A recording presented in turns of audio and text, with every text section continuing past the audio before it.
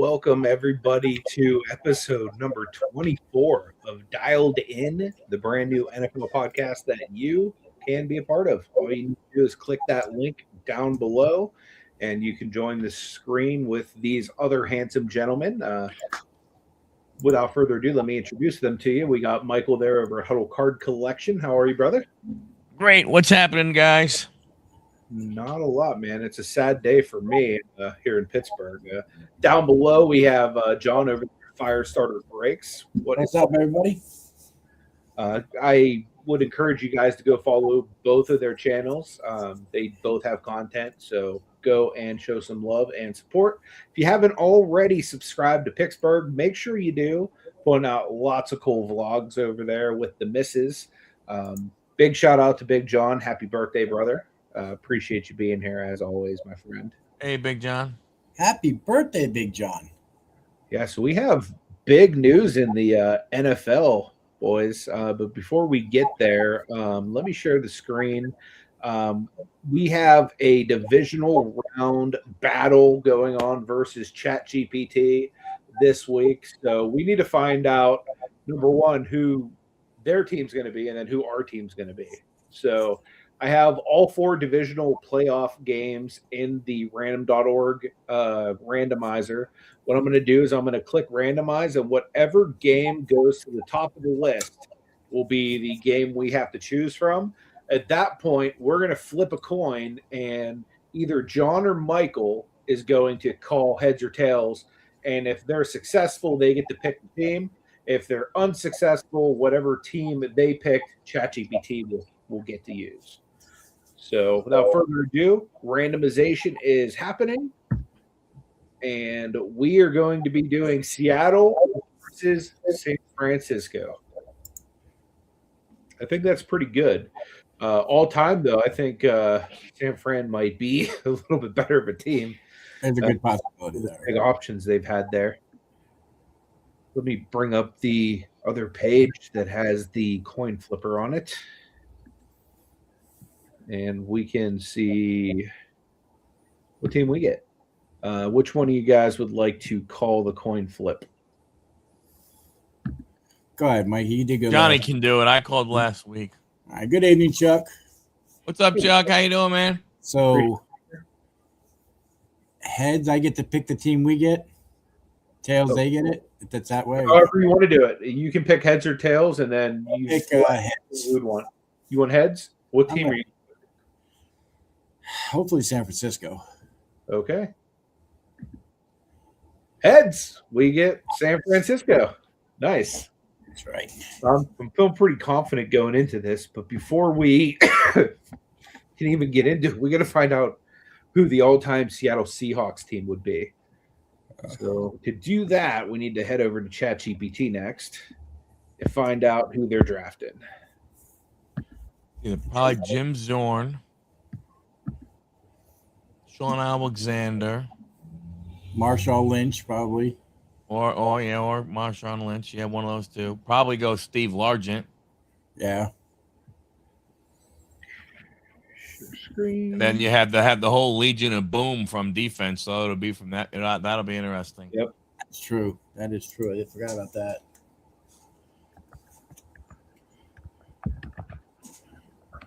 Okay, so who would be the all-time Seattle Seahawks at the following position?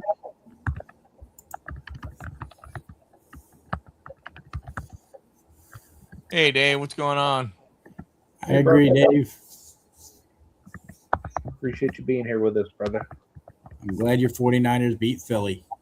Yeah, man, they look good. That team is just so well coached. They might be the best coach team in the league. Yeah.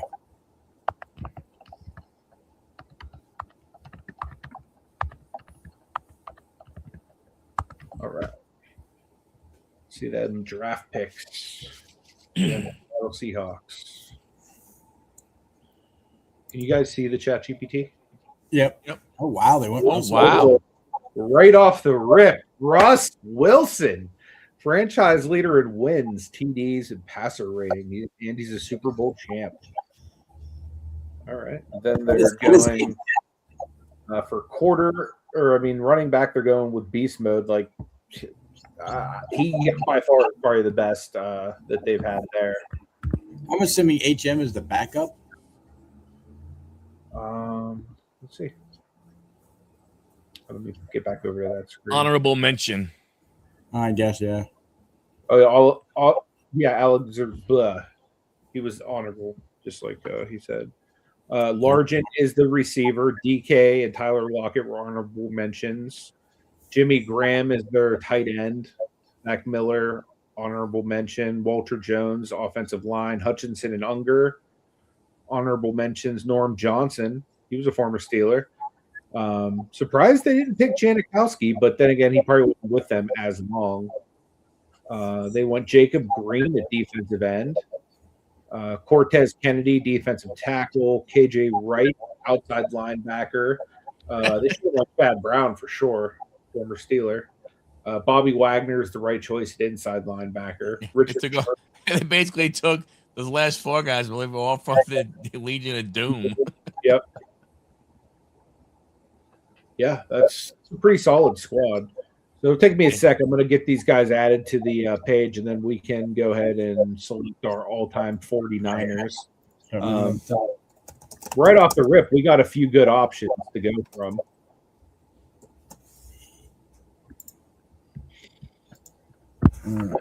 Chuck did not like Chat GPT picking the Packers last week. Which that makes 100. I mean, that makes perfect sense, Chuck. You're a Chicago guy. What do you guys think of Steve Largent versus like a Metcalf or like a Metcalf's a moron right now, but like versus like a JSN? I mean, when you look at what Steve Largent did over his career, I mean, that's the reason why, they're looking about that. I mean, from that standpoint of them, choosing, the best. I mean, it's hard to go ahead and choose a second-year guy or a third-year guy over a Hall of Famer. True. Largent is kind of underrated, I think. His cards and stuff are reasonably cheap. I mean, compared to like other cards at that age, I should say.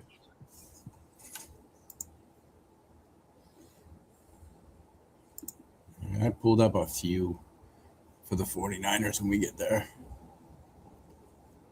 Cool. Chuck is really laying into the Packers, I see. So, Chuck, what did you think of Caleb with the cheese grater? I thought that was like the perfect like heel move. I loved it. Like, I'm a big fan of the bad guy wrestlers. That was like a bad guy wrestler move, and I was popping pretty hard for it. Well, I'll tell you one thing. When you're talking about that game, that was the tale of two halves, because when you look at the way LaFleur called that first half, or when their offense called that first half, they were designed rollouts and all this other kind of stuff. Second half, there was none of that.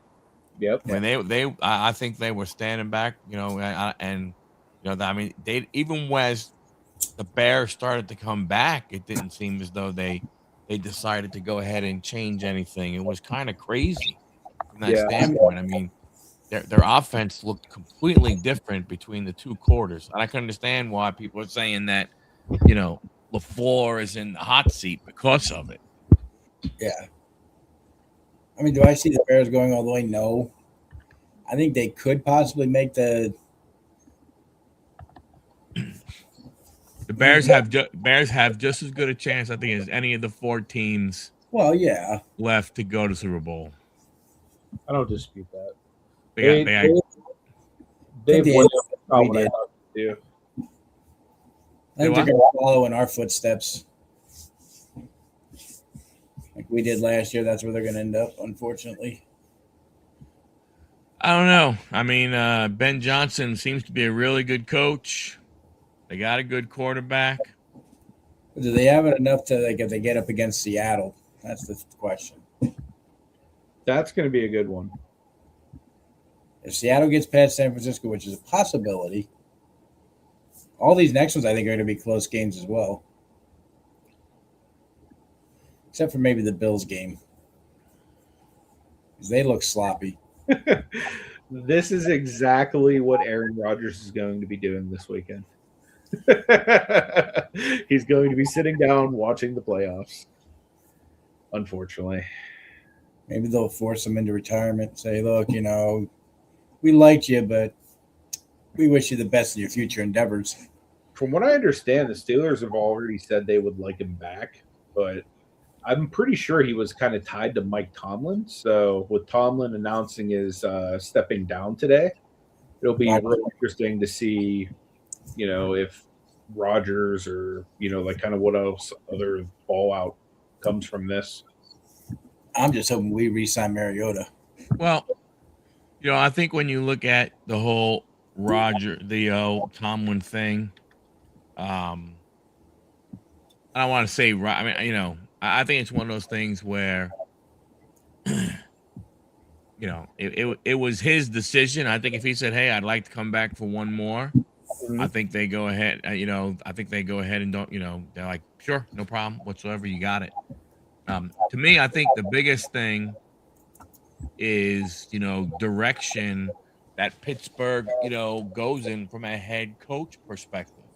You're talking about a team that has had since the 1960s has had 3 head coaches. Mm-hmm. Chuck Noll, what's his name? Yeah, Cowher and Power. Tomlin. Yep. I mean they've had they've had 3 guys since for the last friggin' 60 years per se. What direction are they gonna go? Do they what I gotta believe the philosophy doesn't change of we want to get somebody here who's gonna be here for a while. Yeah, absolutely. You think they try to pull Harbaugh? I know the Giants are pulling hard for him. I think he's definitely a candidate. I don't know that he lands here. I mean, I wouldn't mind seeing somebody like a Stefanski, come in here. I wouldn't mind seeing, somebody that's more offensive, like McDaniels or someone like that. But Chuck was asking thoughts on Tomlin stepping down. Honestly, it was probably time. Like a lot of people here in Pittsburgh are just like tired of mediocrity. And for the past decade or so, we've just had like mid teams, you know what I mean, with lack of discipline and like a lot of I think the issues we have come down to coaching, and we fired like coordinator after coordinator, and like it just never changes. It's always the same issues remain. I like Mike Tomlin, like as a person, I like him as a coach, but I think it was time for Steelers to kind of blow this thing up and rebuild something that's more in the Pittsburgh Steeler image, because the team that's been on the field having Woody Marks, like nothing against Woody Marks, but he literally had the game of his life. Like that was a career game against the Steelers defense. Like Pittsburgh Steelers don't play that way, especially whenever they have the top paid defense in the NFL and they look like Swiss cheese. Yeah. So personally, if it's me, I'm blowing it up. I probably even trade TJ Watt. I think that Highsmith and Herbig would be a good enough duo on their own. Herbig has really come along great in his development. Also, Jack, what's his name? We got from the 4th round from Ohio State, Jack Sawyer. He's been coming along really well. He played great in the game last night. So I think we have enough depth that we could look to move a TJ Watt. And honestly, if you can move a TJ Watt, that might get you ammunition to A, either move up in the draft, or B, go out and get like serviceable wide receivers, or like a quarterback from that might have 2 good ones. Because there's a couple teams out there like, why couldn't we trade for Purdy or Mac Jones? You know what I mean? Like they're both looking like serviceable starting quarterbacks at this point. Or there's other teams out there that have multiple quarterbacks that are pretty good right now. So I think TJ Watt would be a good piece of trade bait. Not that anyone wants to get rid of TJ Watt. It just he makes $40 million a year. You could spread that a lot of different ways. to improve the team. You know, but that becomes the issue of making it harder to get rid of them. True. It's $40 million. You have to have somebody who's willing to have that hit their cap. You have to have a contender is what you really need. You know, But you somebody need you need a contender that can create $40 million of cap space. for sure, You which is know, always easy. from that standpoint. You know, I think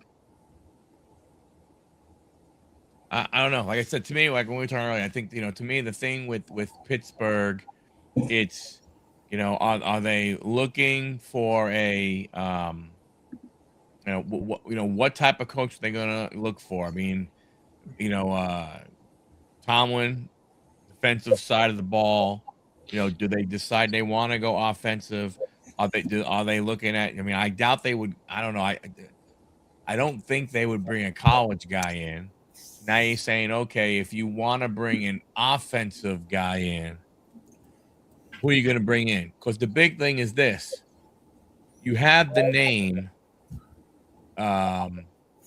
You have the name Pittsburgh Steelers. You have the heritage. You have the six. You have the Super Bowl championships. So you have a bunch. You have a bunch of people that they will look at that. Mhm. But you also have what 8 other jobs open. 7 or 8 other jobs open. So now, you look at it from that standpoint of what are these other teams going to do for, like, if you're Baltimore, why aren't you looking for an offensive guy? Yeah. If you're Miami, why aren't you looking for an offensive guy? Even though I think Harbaugh will end up either with the New York Giants or the Atlanta Falcons, Yeah. well, either one of those two teams with 3 young offensive players on both sides, on offense on both teams, why wouldn't they want a younger offensive guy? So, it's gonna, it's gonna be tough if someone sits down, they look at parts and pieces, Mhm. that says one thing. Then they look at history. That's another thing. So it's going to be interesting to see how all this coaching stuff goes out. I think Miami's going to have to overpay to get somebody there. Yeah. So now, would you consider Kingsbury as a head coach for you, Anthony? Potentially. I mean, I would want to see like what other candidates we could potentially have. I view Pittsburgh as being like at least a top 3 landing spot for pretty much any candidate right now, just because you should pretty much know coming here you're going to have stability. Like you're going to have the ability to come in here and like grow as a coach because they don't fire people ever. Like unless you're absolutely atrocious, but we haven't fired anybody since like the 60s. So I mean, I did hear But that's true. But you have to look at what you have. Look, any coach they're gonna go to the they're gonna go to the refrigerator. They're gonna go to the kitchen cabinets, and they're gonna say, what kind of ingredients do I have here to cook? And Pittsburgh has the history, but I mean, Baltimore has I think when you look at the offensive side of the ball, Baltimore has some really appealing stuff. Atlanta does. The Giants do. I mean, it's. I don't think it's going to be. I don't think it's going to be. As easy to get anybody that they want. right. Because of that. That's why I was saying, what do they want to do? Do they go ahead and I mean, look, no one expected Mike Tomlin to be where he is and the Hall of Fame coaching career that he has had when the guy was a defensive back coach and was a D coordinator for 1 year. If yeah, they could find something like that again, that's awesome. for And he's sure. smart, but he's going out on top. So why not go? I mean, I do hear Pete Carroll's looking for a job. I mean, he'd do great for you. You saw what he did with Las Vegas. I mean, the Raiders are going to have they're going to have a young quarterback, got a young running back. They got 2 really good tight ends. Mhm. That's another team, that that if an offensive guy wants to go, I mean, it was, from that standpoint. So I don't know. I think, depending on what might be out there for offensive coordinator, that's what I think you have to look at more than just the head coach. Chuck is calling it Harbaugh to Pitt. I would I Harbaugh. mean, it sounds good. I thought maybe the same thing, but I think he's going to choose either the Giants or the Falcons. I don't know if Pittsburgh. I'm not saying Pittsburgh wouldn't offer him, but Bill Cowher was a younger coach when they went after him. Mike Yeah. Tomlin was a younger coach when they went after him. I don't know if they would want an older coach. Yeah. Yeah, it's definitely interesting to see what they would do. You have a belief in Rudolph now? I mean, I've always low key believed in Rudolph. I don't think he's going to do any better than what Aaron Rodgers did this season. If I'm being real, like I think he's like a middle of the pack quarterback, but I think you can win games with him. There you go. Yeah, kind of like Toyota stepped in for you guys this year. I think Rudolph could do the same for us. I don't think he's the future or anything like that. I think we have a better chance of Will Howard being the future if we drafted out of Ohio State. But I don't know. Maybe the future's not even on the team yet. There you go. Who knows? Well, I mean, I think the thing is it, I don't really think it matters who you go ahead and get this year, because I don't, like I said, like you and I were talking about earlier, the potential rookie class of quarterbacks that are going to be available in 2027, everybody and their brother that is in the football business is going goo goo gaga over the entire class when you look at it. That's why letting, a guy like Howard get a crack at it or let Rudolph, steer the ship to mediocrity. That way we can draft one of those guys without having to give up a ton of capital would be huge. Just like I think that's Big Ben. I think that's that the 19 years of never having a losing season. I mean, man, when it's going to be one of those things where it's going to take a lot of years to appreciate that. A guy who, if he walked away right now, is a guy that could say, I'm one of the few coaches who coached as many years as I did, and I never had a losing season. From that standpoint, I mean, so but the bad part of that happening is you had to reach for a quarterback, or you were never in a position to where a quarterback would fall to you. True. So it's tough. Yep. Yeah, you and the Dallas Cowboys had the longest streak with that. There's 21. 21 years. Yeah. 21 years what? Like I said, on the non-losing streak with being 500 or above. One of the guys I watch, Wow. He's like a Steelers YouTuber. Like he puts out like content every day about the Steelers. He has this hat he put out that he's been wearing all season. It says non-losing seasons champions instead of like AFC North champions or whatever, just because it's like literally all we're fighting for. Our team's not good enough to like go the distance, even though we really want it to. Like with the current regime, it's like we're basically fighting to, go 10-7, 9-8 every year. And that's just not Steelers football.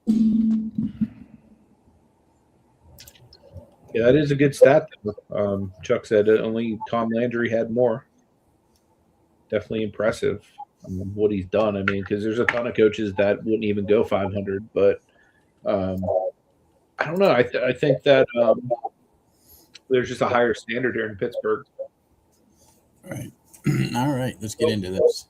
Yeah, I was gonna. Before we move into this, how did we do last week, Michael, with the predicting of playoff games? It was good. You went 4-2. John and I both went 3-3. Chat GPT. Let's see. 1, 2-0, 2-2. Chat GPT went 4-2. Okay. They had the Texans, the Patriots, the Eagles, Jaguars, Bears, and Rams. So ChatGPT went 4-2 also. Cool. We'll get into picking these games a little bit later, but right now we are going to get into selecting our team. We have the San Francisco 49ers who can select any player all time. Risen to life again. Thank you so much for being with us. We really appreciate it. We're just getting ready to battle a Chat GPT team. They have the all-time Seattle Seahawks. We have the all-time 49ers. And luckily, I happen to have our very own San Francisco 49ers expert on tap to help us. My guy Dave from Parabellum Collectibles. Really, he's saying Nobody picked the Packers last week, Chuck. no. Yeah, I think we all went Bears. But yeah, I mean, it looked like Packers for a while there in that game, and the Bears came back. Caleb's for real, I think. Well, like I said, I would love to know what the Packers were thinking from an offensive standpoint when because you look at how they called the game in the first half versus how they called the game in the second half. It just seemed that it was two different halves of football. Yeah, for sure. From that standpoint, I just don't. It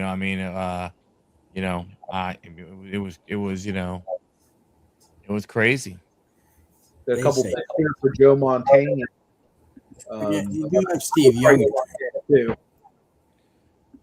Thanks a lot, Sean. Appreciate you being here. We got basketball again tonight. You broke my heart last night, Sean. Literally, I just was laying in bed thinking, I bet you Sean is so happy right now.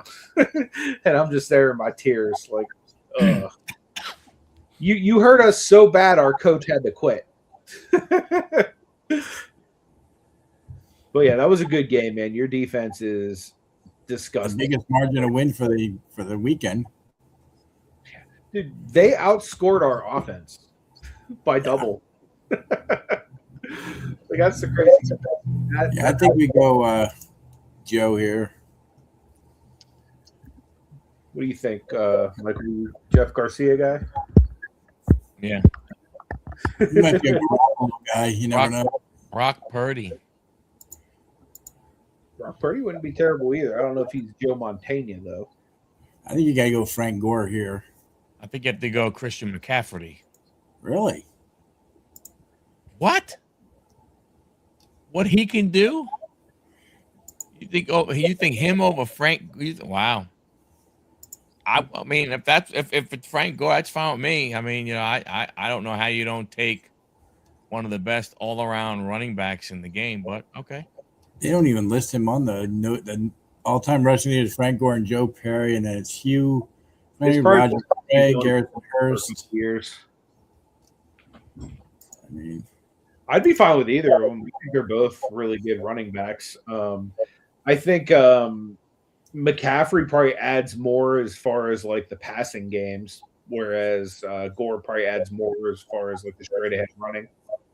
So you tell me what you're telling me is what you're telling me is in a West Coast offense run by Joe Montana, Frank Gore is going to be a better player than CMC. Okay, put Frank Gore in. If that's what you're telling me. That's what you're telling me. Go ahead and do it. Put Frank Gore in. I mean, I'm a little torn. No, we could go Frank Gore. Frank Gore for consistency. We can always change it after the game and see if we'll see. CMC I look at that defense. Jerry Rice all the way. Jawan Jennings. Have a good night, Johnny. Thanks for popping in, brother. Thanks for hanging out, brother. I mean, you do have Terrell Owens and George Kittle in there. I just think Rice is better. Well, you can't put Kittle because Kittle's not a wide receiver. Would you make Kittle the tight end? Have they had a better tight end than George Kittle? Yeah. Brent Jones, Vernon Davis. Kittle often seen as the best due to his elite receiving and blocking. Dave says Kittle. I'm thinking, what's his name? The guy who caught the pass. That was it. Dallas, not Dallas Clark. No, what? Yeah, it was Clark though. What was it? Was it You Clark? put Kittle. I mean, George Kittle. That's a good one. Offensive line. They've had some pretty good linemen too. Bob Sinclair. Was Trent Williams an offensive lineman for them? He was. Yeah.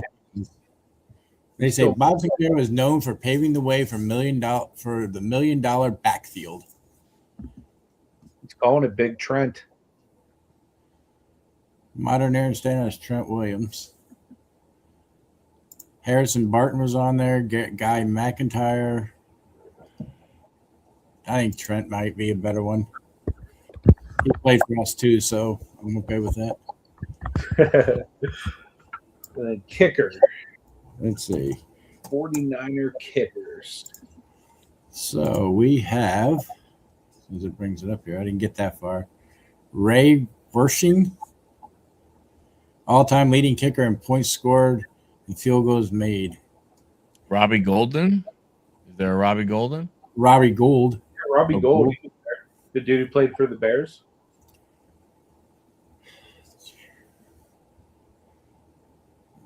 No, he played for the 49ers as well. Yeah, so I got highest field goal percentage. Gold would probably be number one on the list from what I have here. I think if you go with him, you're going to have the best percentage. So I say you go with him. You got to look up defensive ends. It sucks we got to take a former Bear, but okay.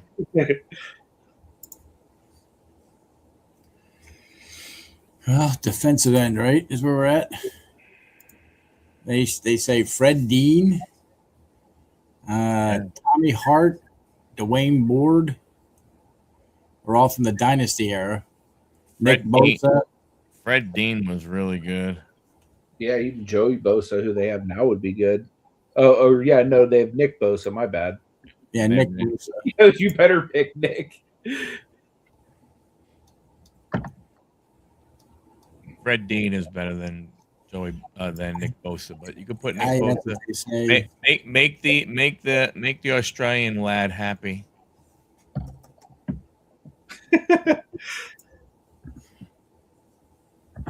They'll keep coming back. We got defensive tackle. Bryant Young is their number one, according to Yeah, Google. I was thinking either Charles Haley, who also played for the Cowboys. Was he more of a defensive end or an outside linebacker, Haley, than he was a? He was him and Fred Dean and Charles Haley were often listed defensive end or rushers. Their impact on the defensive line is legendary. So you can go Charles Haley too.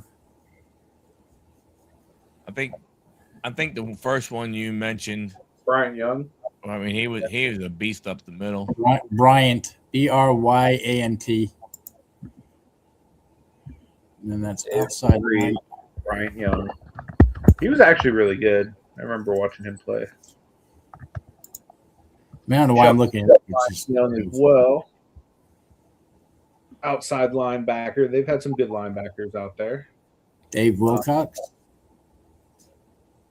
Well, I know inside you can go Fred Warner. Yeah, either him or Patrick Willis was awesome. Yeah, but Warner, I don't think Warner's an outside linebacker. I think he's an inside linebacker. Charles Haley. As outside linebacker? That's what they're listing him as. If they're listing Charles Haley as an outside linebacker, I think that would be a good choice. Oh, yeah. So Haley I think you can put Fred as inside. Right.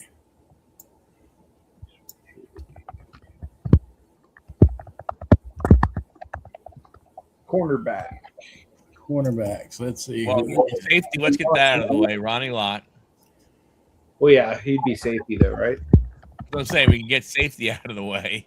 Ronnie Lott also played quarterback, but I think safety mainly. Tim McDonald, Eric Davis, Deion Sanders, Ooh, Merton Hanks, Dante Whitner, Eric Reed, and Deshaun Goldson are legends who set the standards for playing corner and safety. I thought Ronnie was always a safety. I never knew Ronnie Lott as a cornerback. And he says Ward. Which, which Ward. Ward? What's the name? Yeah. I don't see a Ward. Ward or Sanders? Yeah, which Ward? Yeah, I have Dwight Hicks, Ronnie Lott, Tim McDonald, Eric Davis, Deion Sanders, Merton Hanks, Dante Whitner, and Eric Reed and Deshaun Goldson. I mean, if you could go ahead and you can put Whoever friggin' the hell that is. Darius Ward. if you could put Deion Sanders out there, you could throw another Hall of Famer out there. Yeah. Sorry, man. I'm gonna. Probably I'm not the gonna put worst Dion thing to in. do. I think Deion there is a better. Is Dion spelled that? Yeah. Okay. Cool. So I'm pretty confident in our team. Like the one thing that like is a little scary about theirs is the Legion of Boom and Beast Mode, but I'm pretty sure Russ is going to give us this game. He specializes in throwing the game away. Trust me, I know as a Steelers fan.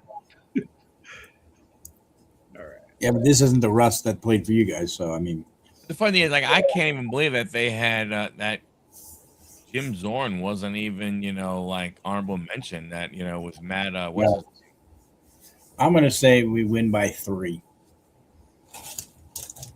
What do you think, Michael? I think us by 10. Yeah, I'm going to say us by 7. So we all think we win. Let's see what chat. Wagner can give us some trouble. Prime versus Prime. Setting the stage, neutral site. Era blending, modern roles. ChatGPT's team is power run, play action, vertical shots off of Russ Magic, speed defense. Dialed in is precision, West Coast offense, elite front 7 pressure, ruthless efficiency. Ruthless efficiency. West Coast offense. Yeah, that's definitely a CMC thing. So here we go. First quarter, both teams start cautiously. ChatGPT's team, Marshawn Lynch establishes tone early, hard 6 to 8 yard chunks. Russell Wilson hits Steve Largent on a deep comeback against Dion, tight coverage, perfect throw. Red zone stalls when Nick Bosa beats Walter Jones once and forces a scramble. Drive results in a 37-yard Norm Johnson field goal. Dialed in, Joe Montana orchestrates. Get too far ahead. Jerry Rice finds soft spots against Sherman on crossing routes. Cortez Kennedy collapsed the pocket on 3rd down inside the 10. The drive stalls. Robbie Gould nails a 29-yarder. So after the quarter, I don't know why I would say is it 7-3. Nope, it's 3-3. It's close. Turn that out there. Momentum starts swinging. Dialed in team. Frank Gore rips off consecutive 10-plus yard runs by Williams. Montana sells play action perfectly, hitting George Kittle on a seam route. Kittle, touchdown, 12-yard catch. ChatGPT, Russ responds with vintage improvisation. Scramble drill, Jimmy Graham boxes out Ronnie Lott for a big gain. Beast mode finishes it. Marshawn Lynch, touchdown for 5 yards. Late in the half, Montana engineers a 2-minute drill. Rice beats zone coverage twice. Gold hits another field goal as time expires. 13-10. One team narrowly ahead with emoji eyes. It gets weirder and weirder. Third quarter, defensive chess match. ChatGPT's defense, Bobby Wagner, diagnoses everything. Earl Thomas erases deep shot to Rice. Jacob Green records a strip sack recovered by Dialed in, but momentum shifts. Dialed in defense, Fred Warner spies Russ beautifully. Dion shadows Largent. Targets become risky. Bosa and Haley collapse the edge repeatedly. Mid-quarter breakthrough. Wilson escapes pressure, launches deep to Largent on a double move. Ball plays perfectly before Dion can recover. Largent has a 41-yard touchdown, putting them ahead 17-13. Fourth quarter, Legends decide it. Dialed in, Montana goes full assassin mode. 11-yard play drive, 11 play drive, converting 3 third downs. Gore finishes it with brute force inside the 5. Gore with a 3-yard rushing touchdown. ChatGPT's final drive down late. Russ does Russ things, scrambled off platform throws, hits Graham twice on 3rd and goal. Marshawn is stuffed. Bryant Young. Good job, Bryant Young. Norm Johnson ties or narrows. No spoilers. Montana gets the ball with under 2 minutes. Short passes, clock control, iconic moment, seals it. Okay. We get a Feels final what? score. They not telling us, or We get to guess. There it okay? is. Here's the result. We won by 3. Why Montana's lacking precision, slight edge in pass rush, Jerry Rice being unguardable over 4 quarters. So let's see. Obviously, he went wide or narrow on that kick. Russ didn't have an interception. I'm surprised by that. He had 284 yards and 47 rushing yards. Marshawn Lynch had 102 yards and a touchdown. Largent had 7 catches for 119 and a touchdown. Jimmy Graham, 5 catches for 68 yards. Bobby Wagner with 11 tackles, 1 for a loss. Cortez Kennedy, 2 sacks. Earl Campbell, 2 passes broken up. Joe Montana, 312 yards, 1 touchdown. Frank Gore, 88 yards, 1 touchdown. Jerry Rice, 9 catches, 132. Kittle, 6 for 74 and a touchdown. Bosa had 2 sacks, 4 pressures. Warner had 12 tackles. Ronnie Lott, 1 forced incompletion in the red zone. So we won by 3. John called it right on the money. Yeah. Way to go, John.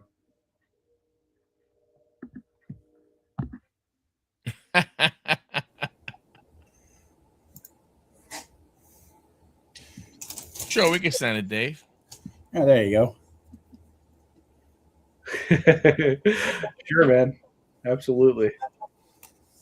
We're gonna have to bring a lot of old guys back. Which, if we're doing that, I could just Big Ben coming back to the Steelers. So we haven't had a competent quarterback since then. Mm. But yeah, that's good to get a win under our belt. Speaking of wins, we got a bunch of teams that would like to get wins this weekend. Yep. What do you guys think as far as the playoff bracket goes this weekend? See if I can pull So it on up. Saturday, the first game is Buffalo going to Denver. ChatGPT says Denver's going to win, kind of giving them a little bit of the home field advantage.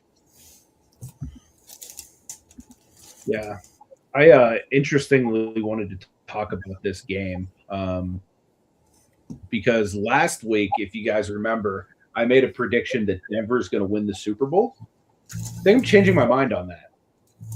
I think this might be Josh Allen's year. The reason I say that is he is by far and away the best quarterback left. And a lot of times playoffs come down to a quarterback play. But he's going to have to literally go through the best defense in the league to actually be able to win a championship. So this will be really interesting to see what happens because he's facing Denver, which is a top defense this week. Next week, he's going to be playing potentially the best defense in Houston if they can overcome the Patriots. So there's some tough matchups ahead of him. But this might potentially be the year for the Buffalo Bills. So I'm going to call an upset here and say the 6th seed's going to knock off the number 1 seed, and Josh Allen is finally going to get a ring this year. And not just from Haley Steinfeld. I mean, I'm with you also on the same type of thing. I think, I mean, you know what Denver's defense is going to show up. which is good. Um, I know Denver has won, a lot of games, but sometimes I don't know. You just look at their offense, and even though again, it's hard to say there's a team that won freaking 14 games. They eight. But If I I just were wonder. like 19 weeks ago that Josh Allen and the Bills can go to the Super Bowl if they beat the Broncos and then either Houston or the Patriots, wouldn't you be like, that's the easiest road to the Super Bowl they could possibly have? It's just crazy, like what a difference one season makes, like with what these teams have become. Oh yeah, I mean I'm sure. I mean Kansas City and Baltimore, probably the two teams that have just as good, that have equal or better quarterback play. Yeah, I mean you're not wrong at all. I mean, like I said, I think I think the Bills also. I mean, just from a standpoint of is I just um, you know Denver's offense, although it has been good, there have been times when it has struggled a little bit. So you guys are both taking the Bills. John hasn't said anything unless he was on mute. Can you hear me now? Yeah. I hear you now. Yeah, I was on mute earlier, but you guys are picking the Bills then. Yes. Yes, sir. That's the way. If they were more consistent, I'd probably be along with you. But their inconsistencies and the way they played, even this last game, barely winning it, I just think the Broncos are a better team right now. So I am taking the Broncos in that one. Probably not wrong. They are a better all-around team. I just think that the difference between like having a solid running back like Cook that always eats, and then a quarterback like Allen that's just so cerebral, and not only that, he can literally tuck it and truck it. I think maybe next year the Bills got a better chance than this year, but I could be wrong. But I just think that right now Broncos are better. Well, we'll see if the bye week. Dave is with you, John. We'll see. Well, we'll see what the bye week does, right? I mean, Denver has not played a game, in a long time. They'll be a little fresher. It's a good thing. Can be bad too. You know what? Their last game would have been what the 4th of January. So you're talking, I think so, Dave. 13 days, without it, 13 days off. We'll see. A young team hasn't really been there that much, against a team that has been to the playoffs. It's going to be interesting. I do believe Allen is still dealing with a hand injury, which, I mean, obviously is a big deal for a quarterback. Even if it's non-thrown, you're still going to hand the ball off and do certain things that could really cause some turnovers. I just think if Aaron Rodgers could be somewhat manageable with a broken wing, I think Josh Allen's going to be okay. I don't know. And Bills won't have Josh Palmer either. One of their wide receivers. Mm-hmm. I don't know how good he is, but their wide receiver room not very good. No, not good at all. I mean, you're talking Steph Diggs, Brandon Cooks, Shakir, Coleman.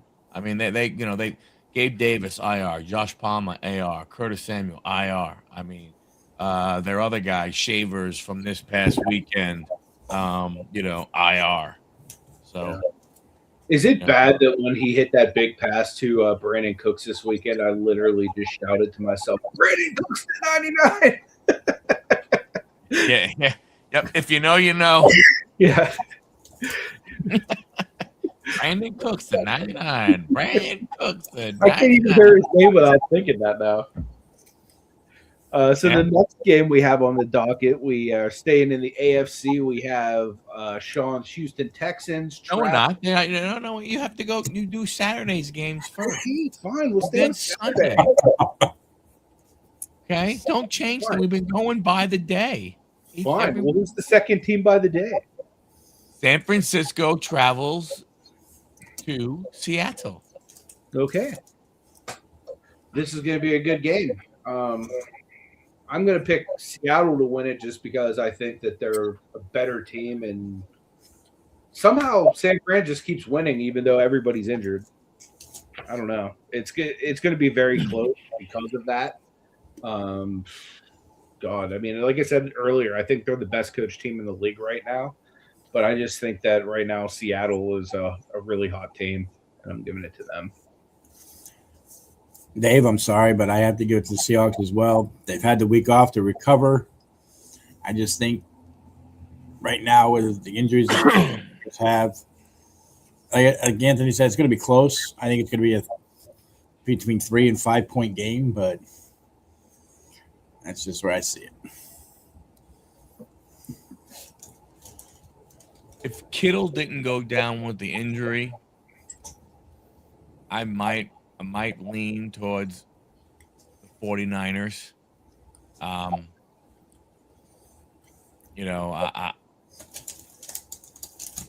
just think, with the Kittle injury, I mean, at some point in time, all these injuries have to catch up to San Francisco. I mean, they are without, I mean, when you look at their, IR team, my goodness gracious, from my standpoint. Yeah, I mean, so I mean, although, like I said, I think I think that they are a good team. They are, to your point, that I mean, San Francisco is extremely well coached. I just, like I said, to me, I think going to Seattle and losing Kittle are two reasons why I will go with Seattle. I agree with Dave there. It's going to be an extremely hard game. For what the 49ers have been through, they did have an amazing run. Yep. And if your coach is looking for employment elsewhere, Pittsburgh is open. Because he is I'm impressed, dude. Seriously, to be able to do what he did with that team and all of the injuries and overcome it all. And I know you still have the McCaffrey and you still have really good talent, but I'm impressed.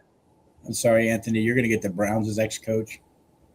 I would be okay with that, actually. I'd be fine with it. He had 2 MVP or 2 Coach of the Years with the Browns. So if you can get Coach of the Year in Cleveland twice, you have to be at least somewhat knowledgeable. Keep your heads off our coaches and players. All right, Mikey, where are we headed next? Go to Sunday. We come down over here to the AFC with the Houston Texans traveling to New England. Yeah, this is going to be a really good game. It sucks what happened with Nico Collins. You know what I mean? That's going to make it a lot more difficult for them to beat the Patriots, who are probably going to be favored in this game. He went out on the cart with that really bad concussion, so we're curious to see if he makes it through the protocol or what happens there. But he's by far and away their best receiving target. They did have some other guys that really stepped up, like Christian Kirk, murdered us last night somehow. But yeah, I think it'll be a good game. But I think Drake May steps up and looks elite in this game. I think he's going to scramble, and he's going to have to. I mean, honestly, against that defense, he's going to have to scramble and run away from blitzers and all kinds of stuff. So I think that's going to be the difference. Drake May is going to be a little more mobile than Aaron Rodgers. They're going to protect him a little bit better and get the ball out of his hands. So I'll give you right now, the Patriots are favored by 3 right now. The defense is nasty. Broncos are favored by 1.5. Seattle by 7. Yeah, that was crazy, man. Stroud looked really uncomfortable last night. I mean, granted, he was against the highest paid defense in the NFL, but yeah, he looked really uncomfortable, especially in the first half. I think he's a good quarterback, but I don't know what was up with him last night. That's what leads me to believe mostly that New England's going to overcome here because I could totally see Christian Gonzalez taking him to the house if he's playing that way. See, Well, did Gonzalez come back? Because Gonzalez, didn't he go ahead and didn't he get knocked out of the game? I'm not sure. I'm not sure if he'll be available or not. Actually, I don't there's something remember. to look into. This game has me tossing and turning either way it could go. I do like Texans defense against the Patriots, but like Dave said, with Stroud screwing up like he's doing, if he can get that under control, it's going to be a close game. I'm going underdog. I'm taking the Texans in this one. They're on a roll. Maybe they can keep it going. So I don't know if Sunday's game against the Chargers was little jitters or what it might have been. Not, I mean, Drake May, he did do well, 286 yards, had a touchdown, did have an interception. He was sacked 5 times though against the Chargers defense. Right. I'm taking Houston also. I think defense travels well. Defense does not have to worry about the crowd noise. From that standpoint, I mean, I don't necessarily believe in the Texans offense as a whole, but I'm just thinking, unless they were very nervous or whatever it was, against that, and their Chargers have a good defense. I just think that when you look at the pressure that he had on them, they scored 1 touchdown, 3 field goals. Their defense is good. I think, but I'm gonna go. I'm taking the Texans. Defense does win championships. Yeah, I'm thinking if Stroud can't do it, I think the defense is going to step up. It's amazing how good that defense is. Like getting to actually watch what they did to the Steelers, it's a humbling experience watching a defense that good just decimate your team. I can see why they won 10 straight games. Yeah. Yeah. I mean, they have their linebacker core is really good. I think their back end, they're two, their other linebacker. After you get past those two, what they call themselves, fire and ice, I think is what they're calling themselves. And the funny thing was is neither one of them went crazy. I mean, Anderson did well and Hunter did well, but none of them had like an oh my gosh game or anything.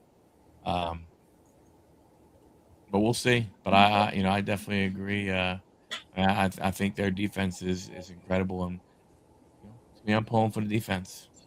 Yeah, they're fun to watch. What? They're fun to watch. Yeah. Then we finish up. Who are you taking, Anthony, in that one? I took the Patriots. You took the Patriots. Yeah. And then we finish up with the Rams going up against the football team from Chicago, the Bears. The Bears. And I will say, buck the fares.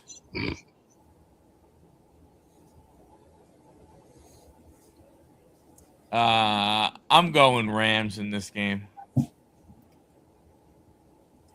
I know Matthew Stafford he's got a finger issue. I think that game against the Panthers, I think they overlooked them. I think they thought they were going to walk in there and just steamroll them. and it didn't happen. And I think that might have been, a somewhat of a humbling, game for them. Um, I think that's what we'll do. I mean, Bears defense good. I think the Rams defense is better than the Packers defense, and for that, I'm hoping that, excuse me, that the Los Angeles Rams get the W. Well, I'm with you on this one as well. I'm going with the Rams. Matt Stafford has looked every bit like an MVP this year. Puka Nakua is pretty much unguardable. So that being said, I think that they're both going to play really well. And as far as like the quarterbacks earlier, that's why I'm kind of on the Allen train right now. Stafford's by far and away the second best quarterback left in the playoffs. And I think that's going to mean something. Caleb Williams is really good, but what it takes to be successful in the playoffs, he needs to like really get into a bunch of games to get that level of success, I think. So that being said, I'm going with the veteran, Matt Stafford. well, as I said early on, I think the Bears are going to do like we did last year. They're going to make it to that finals and then blow it somehow. I'm taking the Bears in this one. I just think they're going to. I mean, look at LA. They barely beat Carolina. They just didn't look like the team they did in the regular season. So I just think the Bears are on track to win this one and probably lose to the Seahawks in the final or division or whatever you want to call it. So I'm going That would be the divisional. Yeah, so from a Chat GPT standpoint, Chat GPT has taken the Broncos, Seahawks, the Patriots, and the Rams. They took 3 of the 4 home teams in their expert artificial intelligence opinion. And I will say the Rams are favored by 4.5. But I still think the Bears got this one. Yeah, it'll be a good weekend for games. Be better if the Steelers are playing more confident, but it'll be a great game weekend. They might be playing this weekend if they would have played last weekend. But they And the didn't. thing about that game, that game starts at 6:30 on Sunday night. Yeah. And usually those games start a little later, but that game starts at 6:30. It's very interesting that on Saturday, you have the Bears, Denver is at 4:30, San Francisco and Seattle is at 8 o'clock. Then on Sunday you have Houston, New England at 3 o'clock. Wow. And then Rams, Bears, 6:30. That's interesting. I didn't even pay attention to that. Is there something else going on Sunday night that way they would preempt it to 6:30 maybe? No, I mean the only thing I can think of is they didn't want that much time in between games. Maybe I don't know. I mean, there's 3.5 hours in between Saturday's games. And then this game, there's 3.5 hours between them. So that's the only I can think of. They wanted to go ahead and keep that consistent.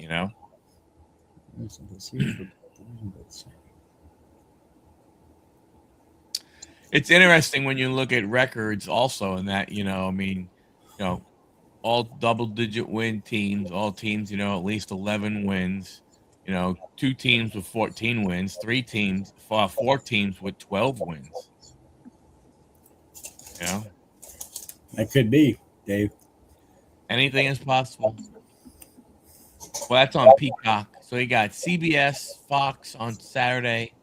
Then we have ABC, ESPN, NBC, Peacock on Sunday.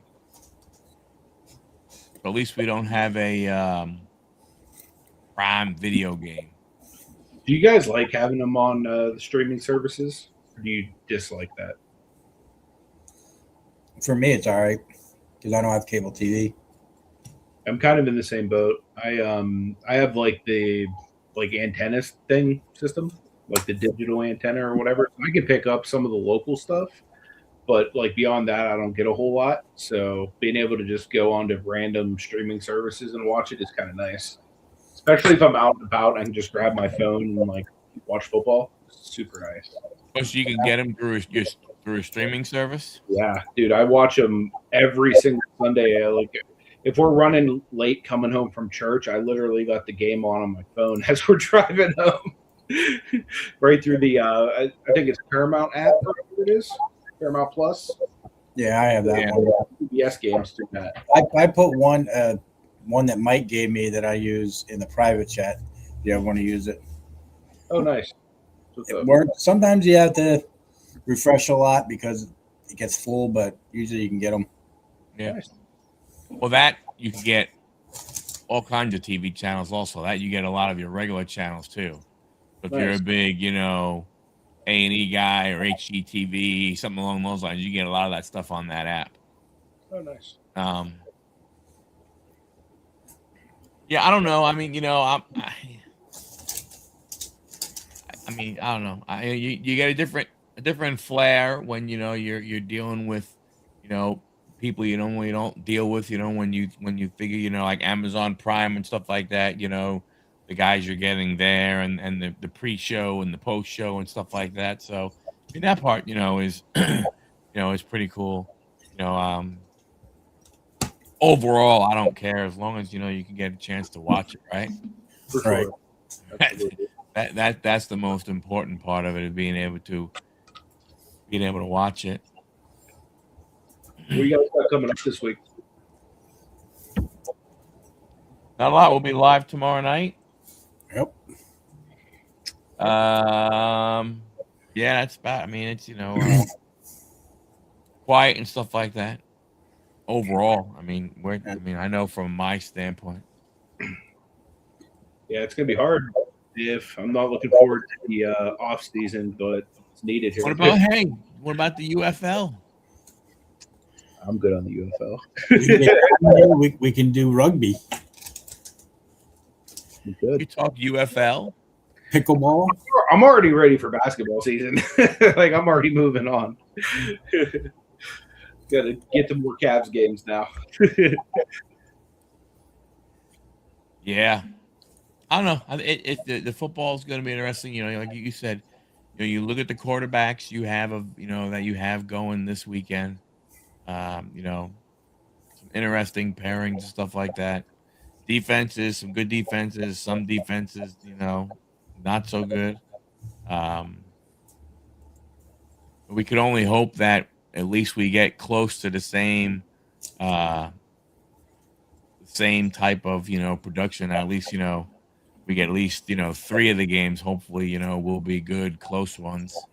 Yeah. I don't really know anything about weather as far as Seattle has the retractable top, right? I think so. So they could go dome. Denver's wide open. New England's wide open. Chicago's wide open. Yeah. What starts in Vegas again? I think he's talking about their football season in February. The Australian football. No. I would imagine, unless I'm I'd be more interested for the draft. Should be interesting. Anthony could be there. Yeah. Yeah, I'm telling Michael, I put my name in for the raffle for getting inside the building where there's like actual seating. God knows if I'll get it because there's going to be like hundreds of thousands of people there. But at the very least, you can be outside where they have like the screens with like all the people and stuff. Yeah. So think about banana baseball, trying to get into those. I'm like 10 minutes from the stadium, so it's like, why not? You can't get your boss to get you in? Maybe if I'm really good. Maybe if you grade all the cards, you get, Perhaps. Good job. I don't know if I've been that good this year, but that would be awesome if he's like, hey, come on out. First round pick. You can call the Steelers pick. That would be awesome. National Football League kicks off in Vegas for 2 games. also known as rugby league, but not rugby that you know. Huh. Huh? Hmm. I know they got the flag football game coming up here in a couple weeks. The AFC, NFC flag football game. There's so many of those Pro Bowlers that decide not to do that because of that. Yeah, I mean, Like, go back to the way it was. Yeah. I watched it when Sean Taylor popped the quarterback. I'll never forget that. You mean Lawrence Taylor? Or? No, Or no, Sean George Taylor Hill. when he. I was thinking of Theismann leg just snapped. Oh. I hear Taylor getting hit by a quarterback, and I just think of Theismann dying. That was bad. Yeah. I don't. I mean, I do like the skills competitions that they would do sometimes, but the problem you have is the truth is, I mean, what you're gonna do your quarterbacks. I mean, I guess running backs you can do like an obstacle course. It's just that there's too many guys. The National Football League is okay. It's hard hit. What is the National Football League? Because we already have a league called that. Now, how are they getting that? Rugby league, but not rugby. Very interesting. Maybe it's the Australian National Football League. Maybe No, might be. something to look into. Yeah. Or unless it's our NFL and we just don't know about it. Yeah. No, our NFL is not playing 2 40-minute halves. Oh, yeah, no, definitely not then. National Rugby League. Oh, National Rugby League. I was going to say, our guys are too much of a whiny babies to be doing 40-minute halves. What do you mean? You guys care at all about Monday? What do you mean? Like on Raw? Steelers losing or? No, this upcoming Monday, the national championship game. Oh. No. I don't watch college, sorry. I mean, I may watch it just because it's the championship game, but in the grand scheme, not really. I think you're going to see more decide to declare for the free agency after it, though. Yeah, the draft is going to be very interesting, depending on it's interesting how it's the draft is really not I want to say hinging, but teams are waiting to find out to see what the quarterback from Oregon is going to do. But what's interesting is the guy from what's his name?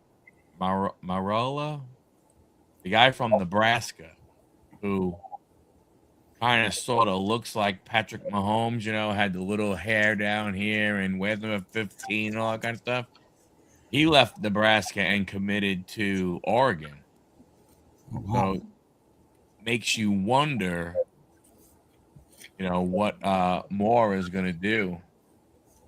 And the guys at Washington, they had a big to do with their quarterback. Their quarterback signed a contract, and then he was like, "Yeah, I don't think I'm going to go ahead and I don't think I'm going to fulfill it. I want to leave and everything." And they were getting ready to take the guy to court, make him stay. Those guys are with no helmets and going head first. Hell no. Yeah, these guys are crazy, man. I have a cousin who used to play like semi-pro rugby here in Pittsburgh for the Harlequins. If we ever did that, we definitely would have to have Dom with us. Oh, for sure. At least explain some of the rules. Yeah, Fernando. I mean, I don't. When it comes to the draft, I don't know how Mendoza does not go number one. The only thing that the only thing you got is you have the Raiders. And you never can tell with what the Raiders will do. No helmets, no pads, no timeouts, no blocking. The objective: beat the shit out of that guy with the ball.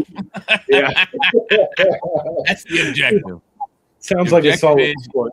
You have the white ball. I kill you. Yeah, you were getting a broken leg, arm, compressed chest, just some minor injuries. I mean, I understand the game. I mean, I mean, and you think about it, it's really enough. I mean, I'm not trying to compare the two, but we were all stupid enough because at some point in time, most of us played tackle football when we were kids without any kind of pads. Yes, we did.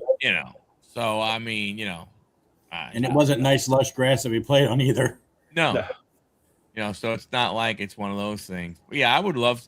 That's the one thing I would just love to, know the actual rules. I don't mind. I mean, I'll watch it, but when you don't understand the rules of the game and the flip it back this way, if you kick it here, it's a point. If you run it this way, it's that. If you do it over here, it's this, that, and the other thing. It's just like, okay, but what the hell what the hell does that mean?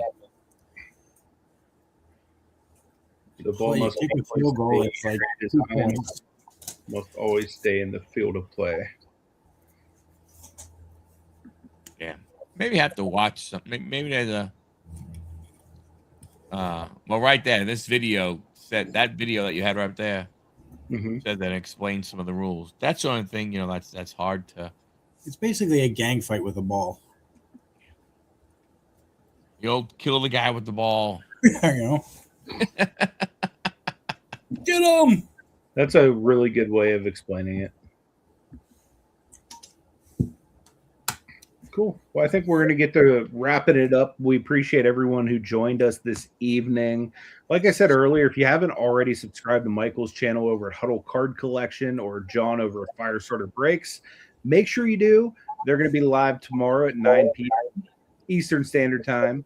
Also swing by Pittsburgh and subscribe to my channel as well, because I'm going to be dropping a new vlog probably Thursday, and I'm also working on sharing something that we did at my church this past weekend as well. So as soon as I can get that processed, I'll try to put that up too. So that might be tomorrow or Friday or this weekend at some point. So and there's always anybody who wants to jump on here with us and shoot the crap with us, feel free. You see Dave's last comment? We will talk live reaction after the season starts, boys. Yeah, sure. That'd be awesome, man. You guys are always welcome to jump on the screen. Normally, before we start, I'll pin a comment that has the StreamYard link that we use to jump on here. Anybody's welcome to come on. That was the whole point of the show. It's, you can just dial in and share whatever. Or if you're more comfortable typing in the chat, continue to do that as well, because we enjoy hanging out with you guys either way. Definitely. Well, yeah, till next week, guys. God bless you. Make sure you swing by tomorrow night and check out Michael and John. Till then, stay safe. Treat others how you want to be treated. Have a great one, everybody.